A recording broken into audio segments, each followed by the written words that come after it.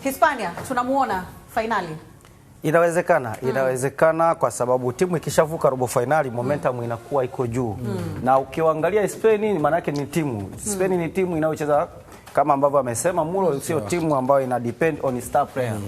Wanacheza collectively. So kama timu inacheza collective maana yake ina nafasi ya kuadvance match hadi match. Na kitu kingine kinachowaongezea morali Spain sio wageni kwenye linapokuja swala la kombe la dunia na tournament kama hii.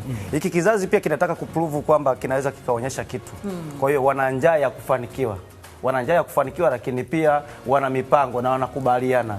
So unaweza kuwaona wasiwe na majina makubwa, lakini ile average ya spirit ambayo wako nayo kwenye kikosi pamoja na energy ambayo inaongozwa na kina Pedi inaweza kuwasaidia kuwafikisha kule. Mpira una maeneo ya mawili. Tunazungumzia timu kama Argentina maana yake ambayo inacheza depending on star player, si ndio?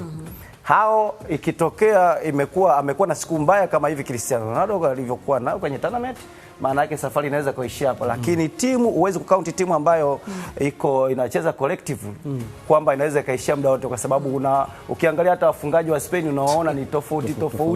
So hiyo inakupa nini? Inakupa kwamba hii ni timu ambayo kikosini wanaweza wakafanya vizuri. So tunaweza kuiweka kwenye kundi hilo la timu tarajiwa kuchukua mafanikio.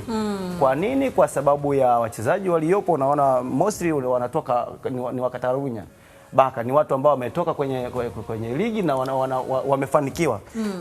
Ligi kama La Liga unaleta wachezaji ambao wanakuja kucheza World Cup, sidhani kama kuna motivation kubwa ambao wanahitaji wa prove kitu, na ni damu changa. Wote ni damu changa, wanafanya kazi wakiwa na mpira, wanafanya kazi wasipokuwa na mpira. Ndicho kinachowatesa timu nyingi. Wametesa Ureno kwa sababu wachezaji wote kina Dani Olmo pamoja na kina Pedi wasipokuwa na mpira unawaona ni wachezaji, wakiwa na mpira pia unaona ni wachezaji, lakini pia wako na creativity.